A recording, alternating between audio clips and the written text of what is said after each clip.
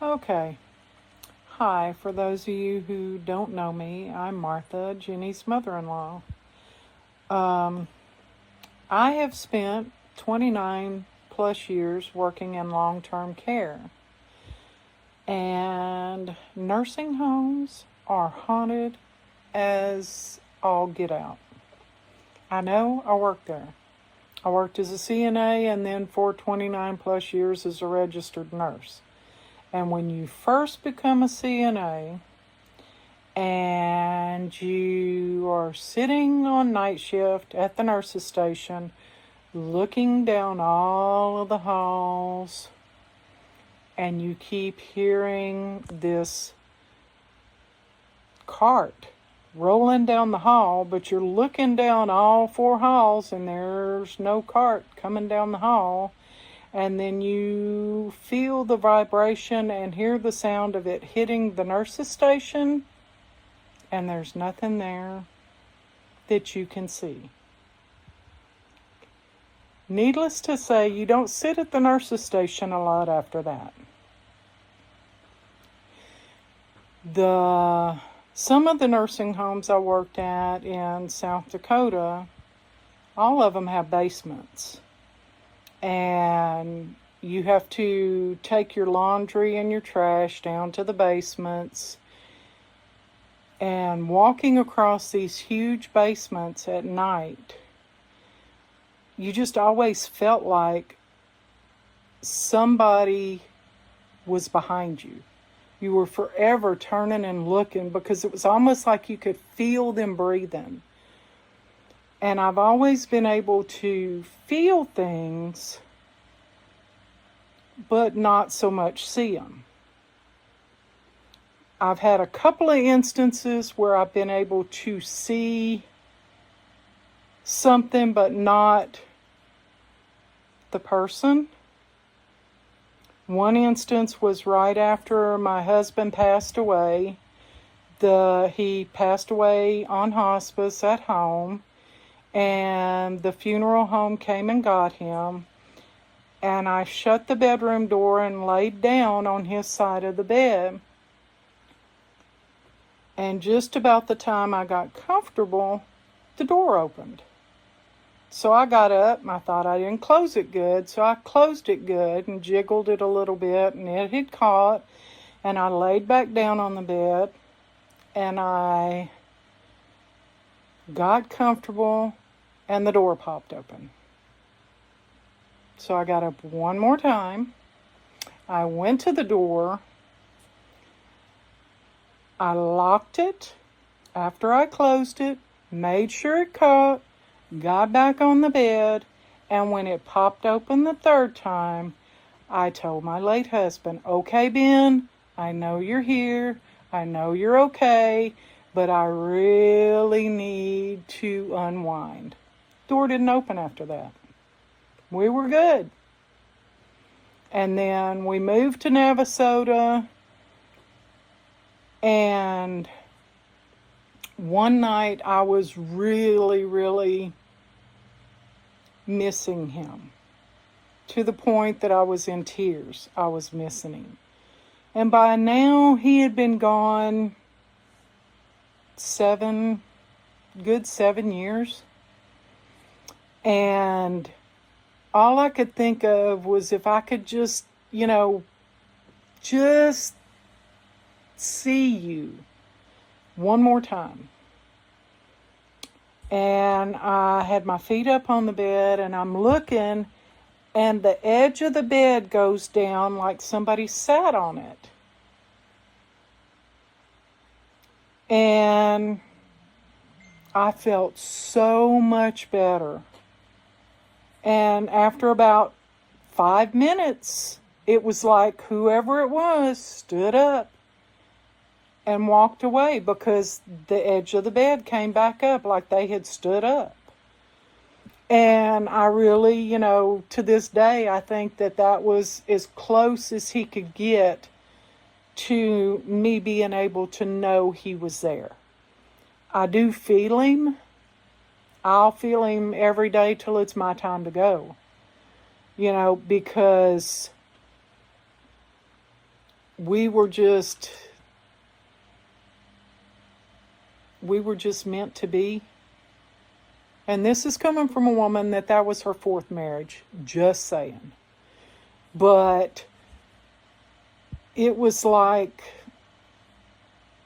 he was my partner. I finally had my till death do us part, and then he died. And,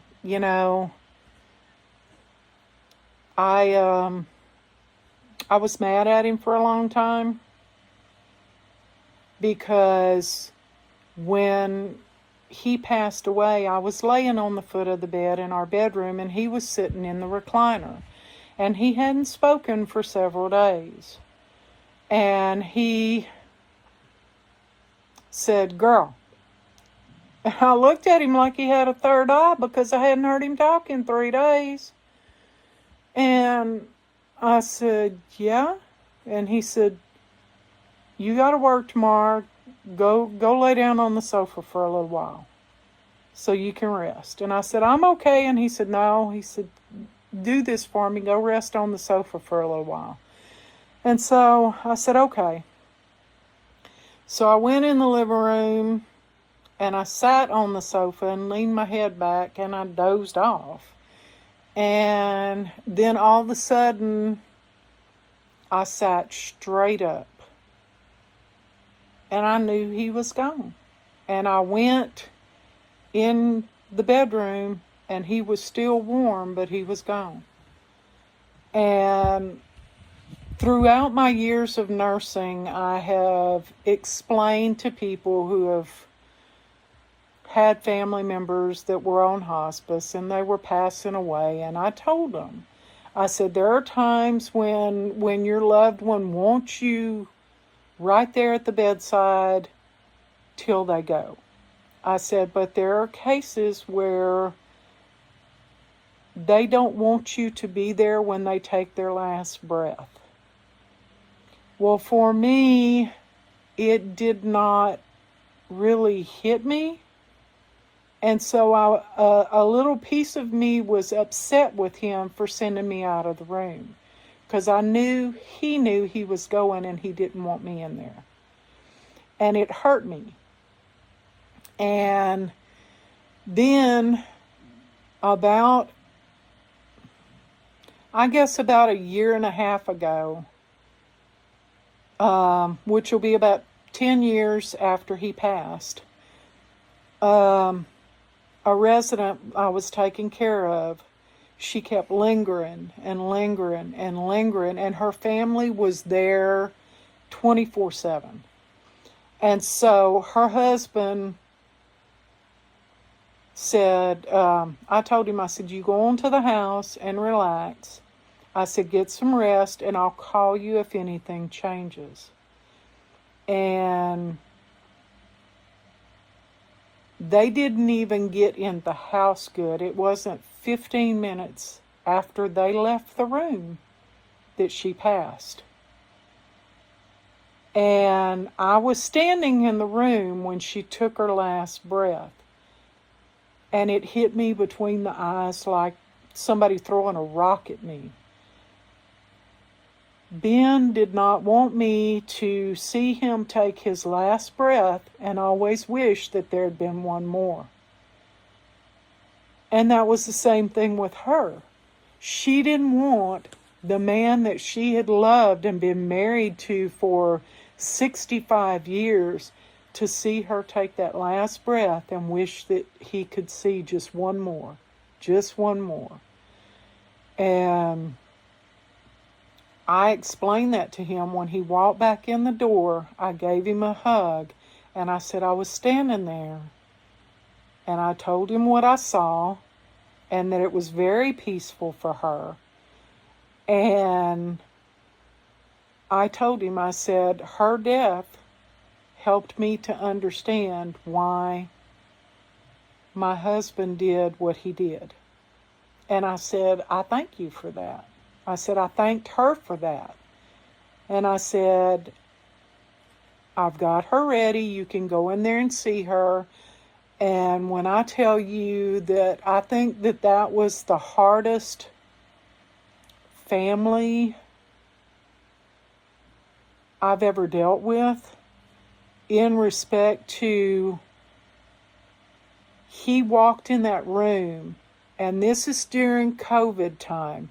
He pulled his mask off, threw it across the room, and went and laid across her and just wept. There was not a dry eye between any of us in that room or on that hall. So people linger. I don't necessarily understand why some of them linger in the nursing home unless they were people that didn't have family members or people that had a grudge against their family thinking y'all brought me here and left me, even though they were so far into their dementia that they didn't realize that they couldn't take care of them at home anymore. And so I don't know, because so many things are give you more questions than answers. But I do know that I don't believe that there's a nursing home that I've worked in all these years, whether it be as a nurse aide or as a nurse, that I've ever been in, that I haven't felt something, not in all the rooms, but there are some rooms in every nursing home you go in that you can feel something there. You know you're not by yourself. Even though there's nobody you can see in the room, you know that they're there. Somebody's there, you just don't know who it is. And I thank y'all for putting up with my rambling. Peace out.